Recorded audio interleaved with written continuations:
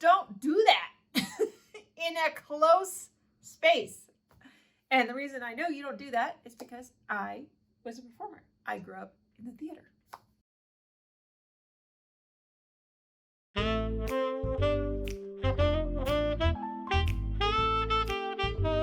So recently I was riding the train from the terminal to the concourse at Denver International Airport, and someone who was within 6 feet of me, probably like 3 feet of me, doused their hands in spray hand sanitizer, and I literally felt like I got drunk because it was so close to me that it happened, and I was just like, I was consumed by fumes. And that inspired today's episode because I was like, you just don't do that in a close space. And the reason I know you don't do that is because I was a performer. I grew up in the theater. So we've talked about many of these things on other episodes, but it was time for one episode to just kind of collect these things. Yeah, there's a few, but yeah. So this is 11 things you didn't learn because you didn't go to theater class. This is my partner, Athena, former Las Vegas showgirl. My name is Phelyx. I am a mentalist magician. I travel around the country doing that sort of thing. I enjoy making Athena laugh. You have stumbled upon One Big Caper, which is a podcast we designed to inspire other adventurers. And it's kind of about this adventure we're having. One Big Caper? That we call a big caper. Our life. Mm-hmm. Yeah. Welcome back if you joined us before, and thank you for coming and joining us for this silly episode. Things that happen in real life, I'm always wondering, like, why didn't they learn these things? And I realized that these, I would call them life skills, I learned backstage as a performer. I'm sure in other roles in life, people learn some of these things that we think should be, that we all think should be common sense. Mm-hmm. Yeah. But we have determined at least a short list of things that we learned by being in theater or showbiz. Showbiz, yeah. So actors, performers, dancers, musicians probably might have benefited from these things. That's why I say the theater could be any venue or place where showbiz people gather, and put on a show, whether it be an event or a show. Mm-hmm. All right, so number one, we discussed this one already.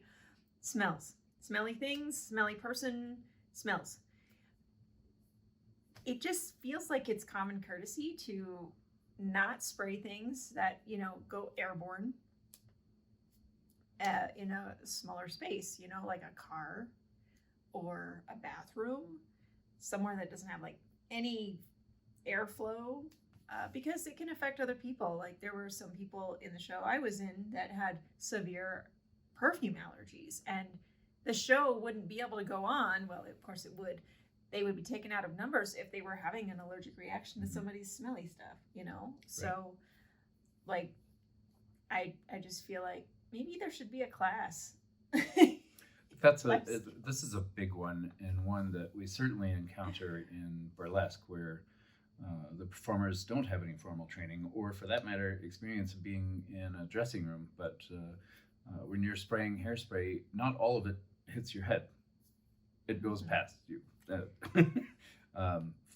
I've been through this guy's shower of hairspray before. Oh, right. Well, so that's a thing.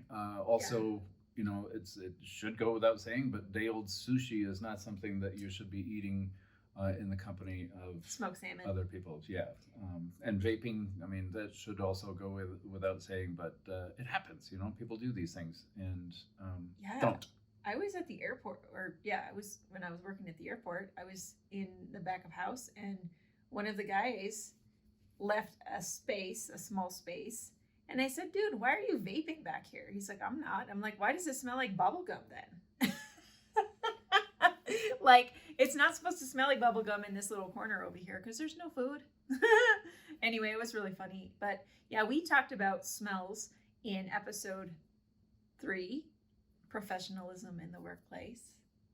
Did you see it? No. Yeah. We also talked about number 2, which Okay. is staying organized. We have talked about that. Containing your stuff within a space. Yeah, they don't really, in most dressing rooms, you're not assigned space. There's not a fence around your area, but I would say most burlesque dressing rooms. When I was in the ballet company, everyone had their own space. Okay. Yeah, similar to like Jubilee, and Right. and it was seniority too, so they would pick their spaces. I think like the second year I got to move next to the cool girls. Yeah. So, yeah, there's that. Nevertheless, Yeah. staying organized is Yeah. one of those things. You're less likely to lose anything. It's much easier for you to find things that you need. It respects other people's space. Yeah, you're having consideration for other people because other people might, have stage fright or be having a hard time, and your stuff coming onto their stuff it might make it more difficult for them to do their job. Mhm. So this isn't just for the theater. This is for like life. Like trying to think of maybe the grocery store when you're on your conveyor belt and you just like throw away everything, and then you have the person before you or after you who's like super anal retentive about what goes in what bag. Like I'm that person. And I am very like particular, like don't put my bread in the same bag as a can or 5 cans of beans, So Right. So it's that kind of thing. Like you're just being considerate Mhm. of other people's space and having care for your own space. Mhm. Yeah. Yep. That's in a lot of ways like I won an award and a spot in a little dance troupe when I was 13, I think, because of my humility. And that was Really? yeah. Oh, see, there's a juicy bit. I didn't- Yes, this is a juicy bit. So I became a sweetheart for the I Love Dance Invitational. I think it was kind of a pageant mixed with a dance competition. The woman had pageantry background, and it was our first time doing the competition. We were checking it out, just me and my mom, and she brought just me, I think, and maybe a couple of other of her best dancers to represent the studio. And the big grand prize was to win the sweetheart position. So she picked the woman who ran the competition picked a sweetheart, and the sweetheart represented humility and all of the makings of a good performer and beautiful human being, basically. And so I won that because I was super humble and I minded my space and I was very supportive of the other people. There was no jealousy, cat fights or nothing. Like I didn't start fights with neighbors and things like that. So that was something I learned early on, to be humble and just be kind to your fellow castmates, and this again isn't just for performers. This is, your office mates, people you work with, even people that you don't know. Like you're putting on a show. If you're a performer, you're putting on a show for people you don't know. When you're out and about driving, let's, just be kind. That's the thing, right? What do you have to say about this? I agree with you, of course. Kindness is going to come up a couple of times, I think, in this episode. Yeah. That was a juicy bit, I think, because I did not know that's how you got your sweetheart badge. Yeah. Yeah, that's cute. Yeah, it was cute. It was a cute thing. And then I got to go to the national competition and perform as a sweetheart. Like it was a little mini troupe. There was like 60 of us. That's really cool. Yeah. So, I think something you've stated it. Yeah, that's all the things. Yeah. Yeah. Okay. Yeah. Kindness, consideration for others. And you went into humility there, which is on our list, but that. Whoops! I skipped ahead. I'm sorry. That's all right. So that was number 3 and 4. Kind of, we're talking about kindness and humility. I had an experience today about humility. Okay. Yes. Yeah. And I will confess that it was in a private online group, and I was criticizing another performer who does the same kind of work I do ish, on the other side of the pond, as it were. But he came across as less than humble, and I criticized him for that. I believe I called him a blowhard. I've never heard him use that word. Sorry, that's my impression of a blowhard. So, nevertheless, I criticized him because humility is something that somehow missed him. Even though he's an experienced professional, I would say that he's less than professional because of his behavior towards other entertainers. Yeah, I mean, I was taught early, be humble, check your ego at the door. Yeah. You kind of have to check your ego at the door. Unfortunately, we're in a Leo season, and Leos have a tendency to come off as overconfident, conceited, pompous, any of those things. So that's funny that that happened today. I mean, we're in a lot of things right now. Leo's doing some big stuff today. So anyway, that's my little woo going in. But I was taught you got to check your ego at the door. Yep. And there's definitely a relationship between that and the next one on the list. I'm a one-man show, so a lot of my favorite experiences had to do with being part of some kind of ensemble, right? Yeah. Some ensemble cast of something. So I've had many of those experiences, and those are the ones that I remember and think most fondly about. So being part of something bigger than yourself is a realization that kind of makes the rest of these things add up.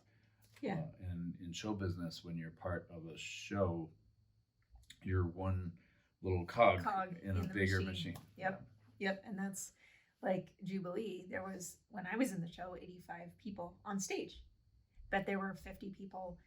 I think it was 42 tech crew.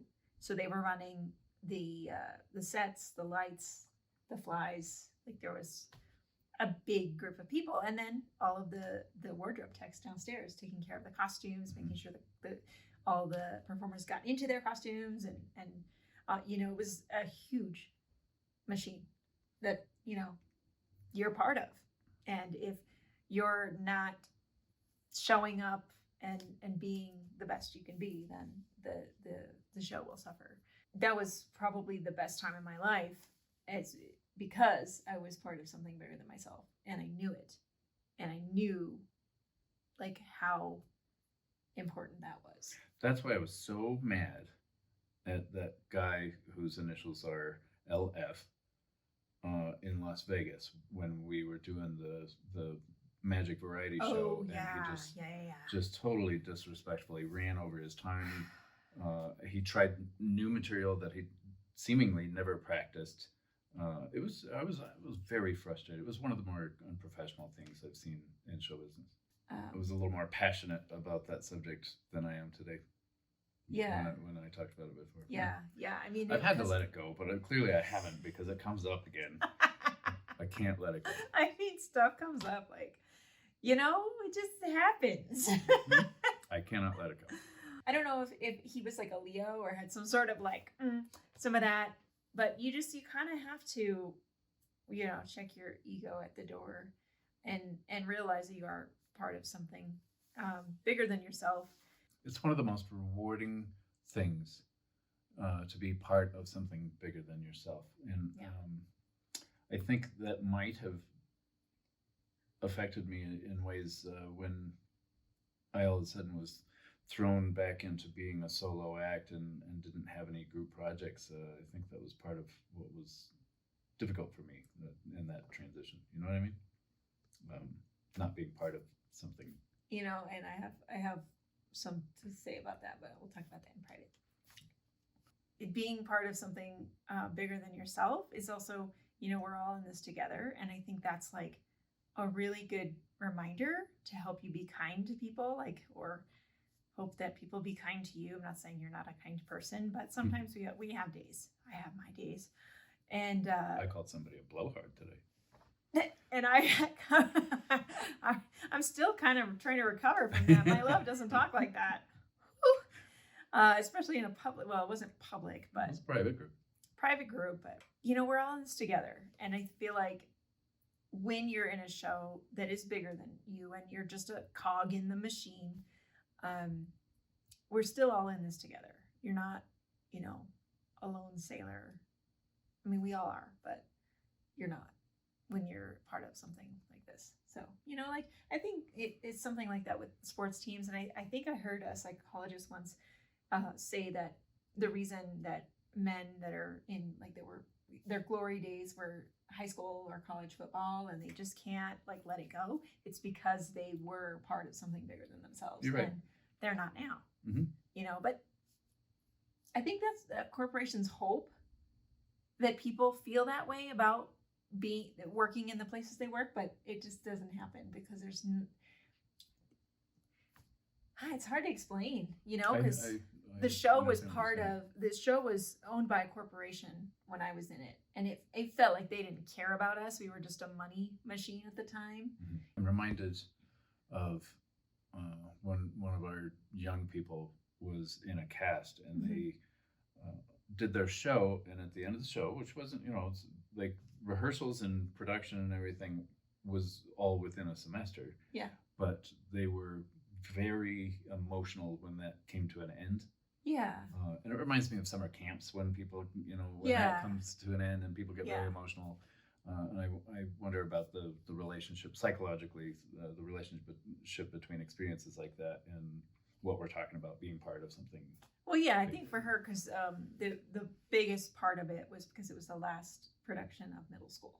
Mm-hmm. So I'm sure when Jubilee closed, I was sad. I wasn't there that night. I couldn't financially go. It just wasn't an option for me.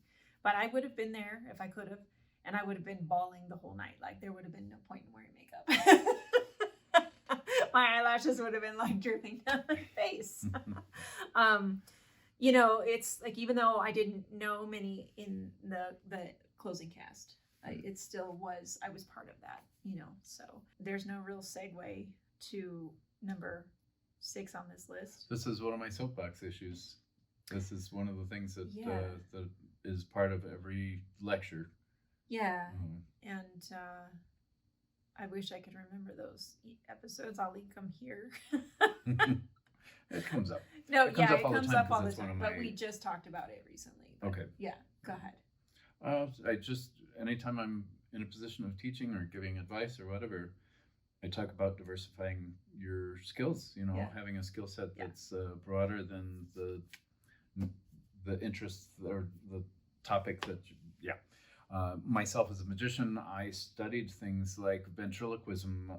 I studied dancing. I've been on a trapeze. I've studied acting, voice, movement courses, all kinds of things to be well-rounded as an entertainer. And I draw from all of those experiences. Yeah. And I know, for example, comedians who waste all of their time writing jokes. Yeah. I mean, they're socially awkward and they have no other, they're probably afraid to do anything else it's hard. Dance. That's why. Well, I know it is. It's but really hard, but you have to do it. That was the advice I was given growing up, was take all the classes you can from every choreographer so you can get used to all the different styles. Mm-hmm. Once I left the ballet, I didn't do that. I just stayed with with the show because I liked the style and I didn't feel comfortable doing other styles. But it just makes you a more versatile performer. Mm-hmm. But in the real world, not in the theater world, it's the same thing.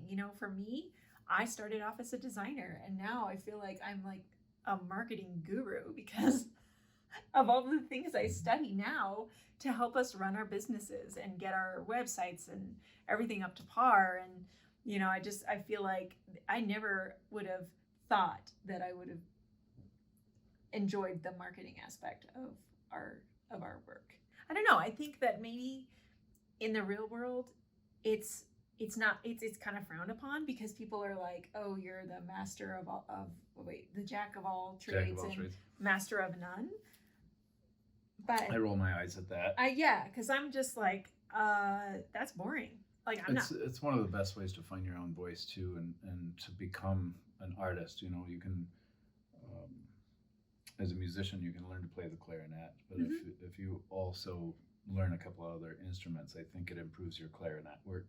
Oh yeah. You know what I mean? Right. You might find things that tie. Yeah, I've never. The only instrument I've played is piano, and I didn't really take voice lessons, so that's considered an instrument. My body was my instrument, right. And yeah, I did different things for that. The one thing I'll say is we talked about transferable skills in episode 21. So that was kind of some of these things are being rehashed. It's okay. It's not going to fall on that. You. Okay, good. Okay. I mentioned that these things have come up. We just put them all on a list today. Another on our list is a big one. Yeah.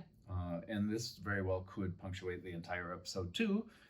It's difficult to choose which one I think should punctuate the whole episode, but this one's nevertheless a saying even outside of show business because it is an important thing.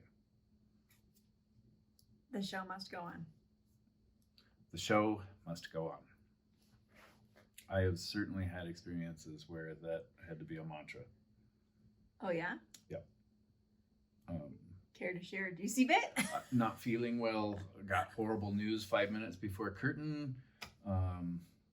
Yeah, there's definitely experiences that I've had. You know, I was in a uncomfortable relationship for a long time while I was in show business, and there were many times I actually show business was a way to just drop the burden of life in general and be somebody else for a minute. Yep, totally. Me, I've had similar experiences where I was fighting with a former partner and having a hard time in my life, and experienced some of my best performances on those days just because it was a really awesome outlet, you know. The reason I put this on the list was because like I understand the show must go on. People paid to see the show, and just because somebody is sick or injured or whatever, they're not going to send everybody home. But I have since learned, you know, that you got to balance that with some self-care. Yep. So you like taking care of yourself so that you can continue to do the show. Sure. Yeah. You know, in the real world, you know, not stacking so many projects and responsibilities into your schedule and keeping some space for your cup filling things. Yeah. The show does go on eventually. You're missing the point of why we put this in the episode, which is originally it was just about self-care, and I was like, well, the only reason I'm saying self-care was because the show did go on. You can't keep dancing if you have a broken foot. I mean, there are a lot of dancers that did. Yep, okay, if your leg is broken, don't dance. They did. Like, there were still people that would, and then you injure it more. Like, that's just what happened. Number 8. All right, so this came up, and Phelyx was kind of, you were a little heated about it earlier. We were talking about, I'm going to call it teamwork. Okay. It's not all about you. Again, that ties back into you're part of something bigger than yourself. But a term I've heard recently in the corporate world is cross-functional teams, or being able to work with cross-functional teams. And I was just like, doesn't everybody work like this? I guess not. Like, it has to be a skill on your resume to be able to work with cross-functional teams. And he was like, well, what is that? That's basically working with the people that help you do your job. So I stayed out of the way of the tech crew as they were moving the big sets. Otherwise, I would be squished like a bug. You know, I worked with the dressers, wardrobe techs, to make sure my costumes were maintained, and I would be careful with my costumes so they wouldn't have more work.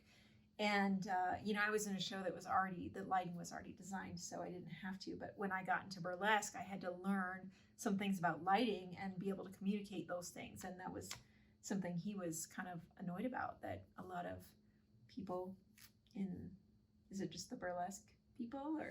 Yeah, they're untrained. They don't have experience, and so I have to give that. And forgive me, my burlesque friends, but you know what I'm talking about. And as an eventuality, they do have no choice but to learn what's going on behind the soundboard or in the light booth or whatever, so that that line of communication can help them deliver their art.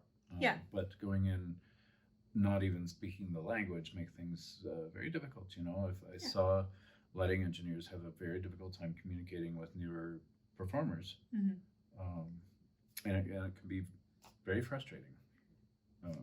So yeah, being cross-trained is something that I experienced even many years ago in the service industry, in the restaurant industry, where I would see that it wasn't very common, but I would see that some restaurants would cross-train their employees, probably because they wanted people to be able to cover other people.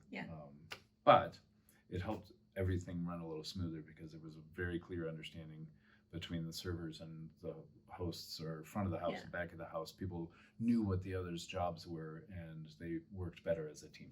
Yeah, I think some industries, and entertainment is part of hospitality, I believe. So I dabbled a little bit in learning some data analytics, and I took a data analytics certification course, and one of the things I talked about was developing cross-functional team skills, which is going and maybe taking out to lunch someone from a different team to understand their pressures and how they do their jobs.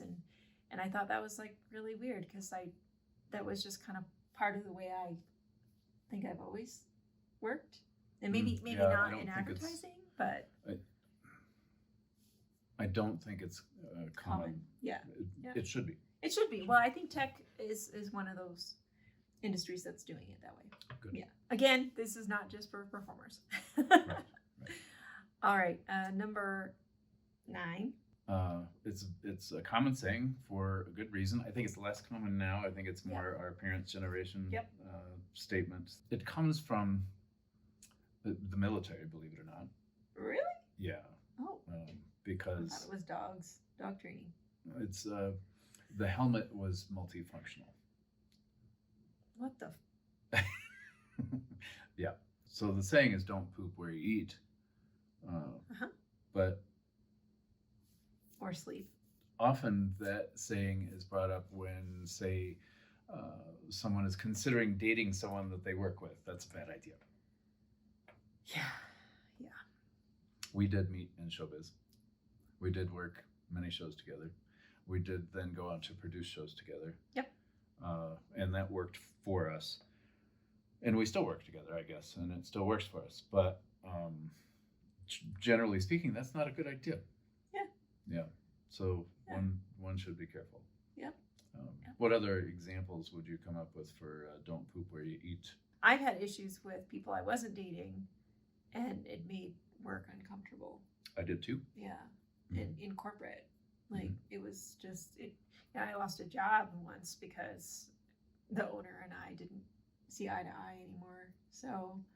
Well, you're not going to love everybody you work with. Yeah. Sometimes it's just time to go in a different direction anyway. So maybe if you just want to royally screw things up, go ahead and do that. You want to make a dramatic exit like I did. So, work ethic. Everyone has a work ethic or not, or a very lax one. Or for me, being a performer strengthened my work ethic. It helped me to learn to be dependable because I was part of something bigger than myself. It helped me to be resilient and getting all the no's at all the auditions. It helped me to be persistent, or it helped me to be stronger, and that was just pushing through even when I felt sick or upset or was having a hard time. And so, like, some of those things strengthened, like pretty much the entire list has strengthened my work ethic. It's transferred into regular life and other jobs. Yeah. Sure. Yeah. So, like I said, if if you want to make a dramatic exit, that'll affect your work ethic. And also the next thing on the list, my love. Big one. It's a big one, especially in show business, especially in this day and age. Yeah. But it still worked even in vaudeville. Okay. If you had a reputation of being difficult to work with, your opportunities would be limited as far as you could reach. Mhm. Your reputation will arrive everywhere before you do, and that's just the nature of the business. It's the nature of humans. But being easy to work with will increase your opportunities exponentially. There are a number of people I could name that I will not work with because of their reputation. Because they probably have a shoddy work ethic. We talked about performance or perks of being a performer, and I'll link it here. We're talking about some of the celebrities that let their celebrity get to their heads. But That it wasn't happens. that. I mean, maybe it was just the contract thing, but I the writers. think that happens even less now than it once did. The Ridiculous. prima writers. donna, weird, like Yeah. those. You only go so far. Being or behaving that way. I mean, some of the most famous people in Hollywood are some of the nicest. Some of the most lovely people too. Yeah, reputation. Reputation. It's important. And if you have a reputation for bringing day-old sushi to eat in the dressing room, people will know. Yep. We covered it all. If you have any life skills you want to pop down below in the comments. As that always, we might have forgotten. As always, you can reach us at hello@onebigcaper.com. Thanks for listening and watching.